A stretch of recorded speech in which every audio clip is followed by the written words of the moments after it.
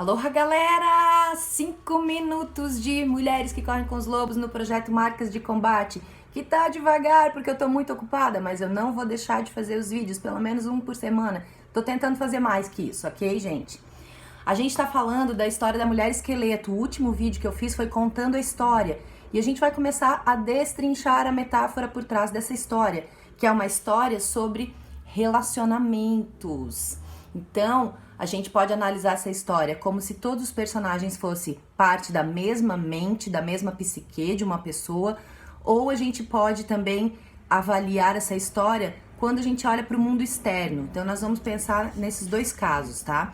Antes de começar a destrinchar a metáfora e a simbologia, eu quero falar um pouquinho sobre a sequência. Eu sempre vou falar sobre a sequência das histórias quando a gente começar uma história nova.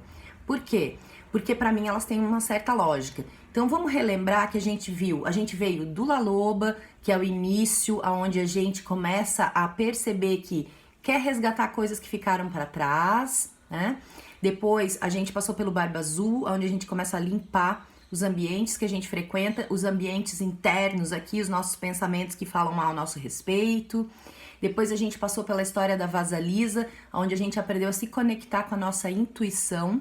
E agora que a gente já tem um ambiente psíquico um pouco mais limpo e um pouco mais conectado, a gente saiu para a história do Manauí, para a gente relembrar o que a gente quer, do que a gente gosta, como é o nosso nome, os nossos objetivos, os nossos propósitos.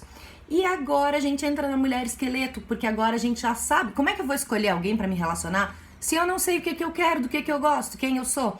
Então, por isso eu passo todas essas etapas antes. E agora então eu consigo me relacionar melhor, posso escolher melhor como me relacionar e com quem me relacionar. Que é a história da mulher esqueleto. Uma história de resgate em relação às suas diversas possíveis relações. Em relação às suas relações, eu tô bem, né? Uma história que fala sobre esse resgate de como se relacionar bem, mas também com você mesma. Então, descobrindo e limpando, sempre isso, né? Sempre coletando ossos e revitalizando esses ossos, tá? Então, falando isso sobre a sequência. A história da mulher esqueleto tá dividida, como o pessoal lá do Instituto Hiperroxo, do Grupo Lobas, a Sônia, diz, em 7 portas do amor. Ela tem 7 fases. Então, é muito legal essas histórias, usar essa simbologia pra gente ir passando e descobrindo cada uma dessas partes, porque fica um pouco mais fácil, você tem quase que um tutorial pra seguir, certo? Aí eu anotei aqui, porque eu não sei decorar exatamente o nome de todas, mas anotei pra gente falar dessas 7 portas. Então, a primeira porta é a descoberta acidental do tesouro. Sabe? Quando a gente, tipo, nossa, conheci alguém, uau, parece um tesouro pra nós, parece um peixão, igual o pescador pesca. O pescador pesca, né? Uhum. A segunda, a perseguição e a tentativa de se ocultar. Sabe aquele desesperinho que dá assim lá no começo? Nossa, tô me apaixonando muito, vou fugir dessa história. Então é a segunda porta.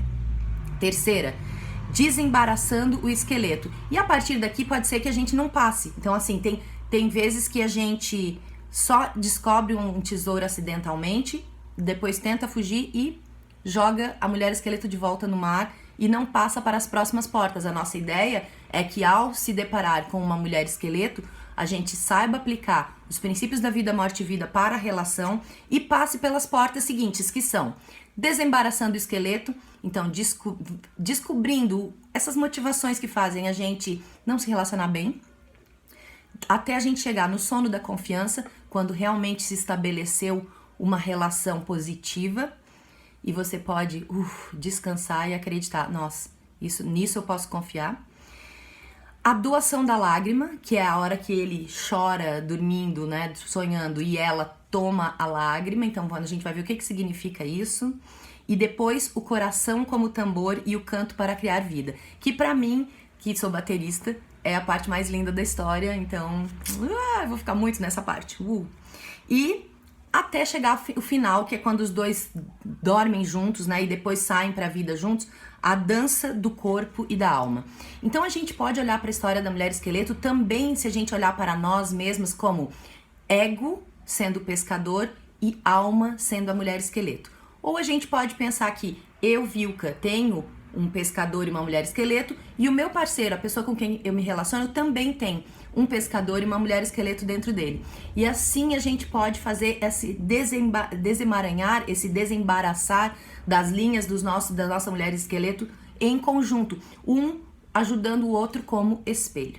Tá certo, gente? Até o próximo vídeo, vou falar da primeira porta, Descoberta Acidental do Tesouro. Abraço!